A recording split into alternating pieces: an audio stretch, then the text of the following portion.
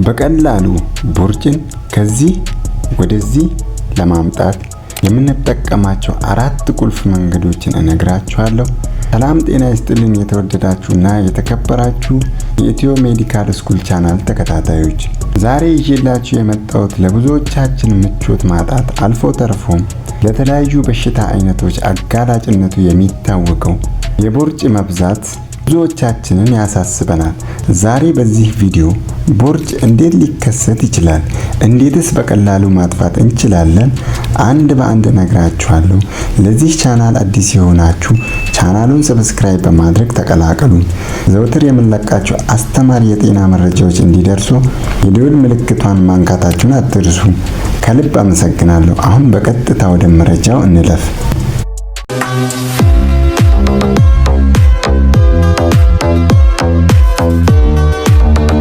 ቦርጭ እንዲሁ በድንገት ሳይሆን በአኗኗር ዘይቤና በሰውነት ውስጥ በሚከናወኑ ተፈጥሯዊ ሂደቶች ምክንያት ቀስ በቀስ የሚመጣ ሲሆን ዋና ዋና ምክንያቶቹ እነዚህ ናቸው። አንደኛው የካሎሪ አለመመጣጠን ሲሆን ከመጠን በላይ መመገብ ዋነኛ ምክንያቱ ነው። ሰውነታችን በቀን ውስጥ ከሚያቃጥለው ካሎሪ በላይ ምግብ ስንመገብ የተረፈው ኃይል በስብ መልክ ይከማቻል።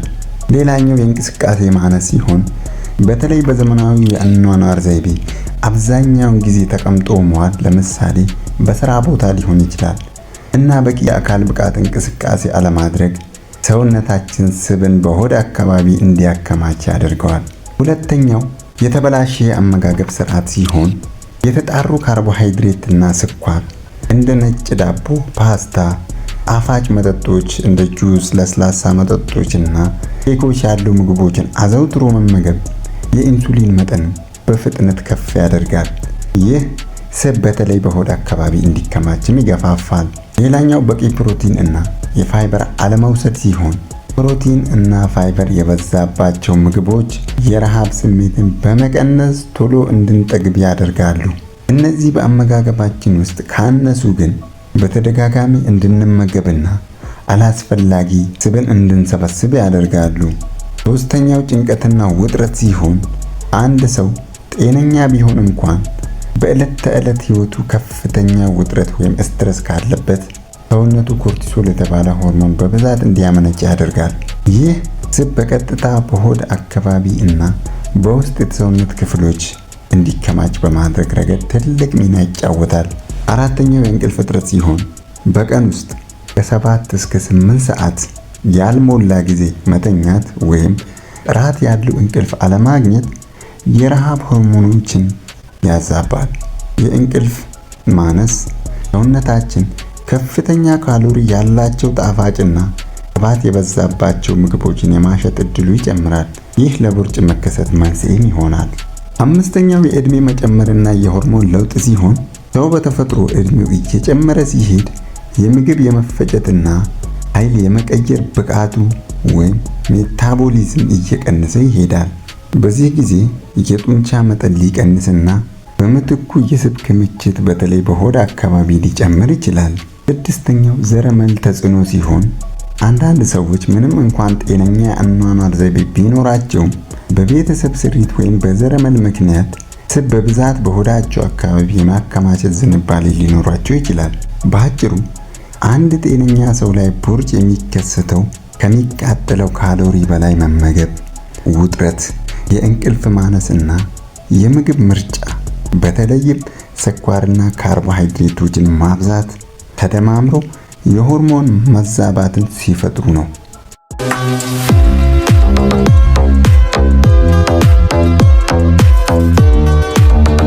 የቦርጩ ወይም የሆድ አካባቢ ስብ መከማቸት ከቅንጦት ወይም ከውበት መበላሸት ባለፈ ከውስጥ አካላት ስብ ወይም ቪሴራል ፋት ጋር ለሚያያዝ ለጤና ከፍተኛ ትኩረት የሚሻ ጉዳይ ይሆናል። ቦርጭን በዘላቂነትና በጤናማ መንገድ ለማጥፋት የሚረዱ ዋና ዋና ሳይንሳዊ ዘዴዎች የሚከተሉት ናቸው። ከነዚህም መካከል አንደኛው የአመጋገብ ዘይቤን ማስተካከል ሲሆን ቦርጭን ለማጥፋት ትልቁን ድርሻ የሚወስደው የምንመገበው ምግብ ይሆናል። የተቀነባበሩ ስኳሮችንና ጣፋጮችን ማስወገድ ይኖርብናል።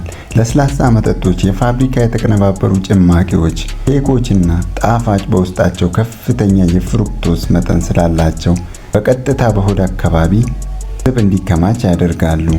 ከዚህ በተጨማሪ ፋይበር የበዛባቸው ምግቦችን ማዘውተር ይኖርብናል። እንደ አትክልትና ፍራፍሬ፣ ባቄላ፣ አተር እና ሙሉ እህል ለምሳሌ አጃ፣ ገብስ፣ የስንዴ ዳቦ ያሉ ምግቦች የሆድ መሞላት ስሜት እንዲሰማን በማድረግ የምግብ ፍላጎትን ይቀንሳሉ። ሌላኛው በፕሮቲን የበለጸጉ ምግቦችን መጨመር፣ እንቁላል፣ አሳ፣ የዶሮ ስጋ፣ ጥራጥሬዎችና ለውዝ መመገብ የሜታቦሊዝም ወይም የምግብ የመፈጨት ፍጥነትን ይጨምራሉ፣ ረሃብንም ያስወግዳሉ። ከዚህ በተጨማሪ የካርቦሃይድሬት መጠንን መቀነስ ይኖርብናል። ነጭ ሩዝ፣ ነጭ ዱቄትና ዳቦ የመሳሰሉ የተጣሩ ካርቦሃይድሬቶችን በመቀነስ በውስብስብ ካርቦሃይድሬቶች መተካት ይኖርብናል። ሁለተኛውና ወሳኝ የተባለው የአካል ብቃት እንቅስቃሴን ማጎልበት ሲሆን የሆድ ስራ ብቻውን ቦርጭን አያጠፋም። ሙሉ ሰውነትን የሚያንቀሳቅሱ እንቅስቃሴዎች ላይ ማተኮር ያስፈልጋል።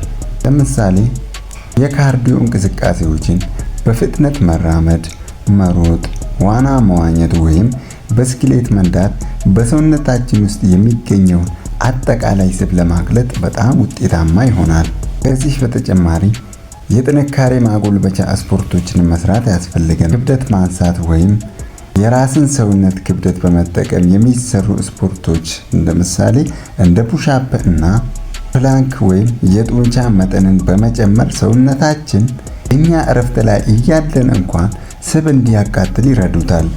ሌላኛው ሃይ ኢንቴንሲቲ ኢንተርቫል ትሬኒንግ ሲሆን አጫጭር ግን ከፍተኛ ጉልበት የሚጠይቁ ስፖርቶችን ባፈራረቀ መልኩ መስራት። ለምሳሌ ለ30 ሰከንድ በኃይል መሮጥ፣ በመቀጠል ለ30 ሰከንድ መራመድ። እንደዚህ ያሉ ስፖርቶችን በመስራት የሆድ አካባቢ ስብ ክምችትን መቀነስ ይቻላል።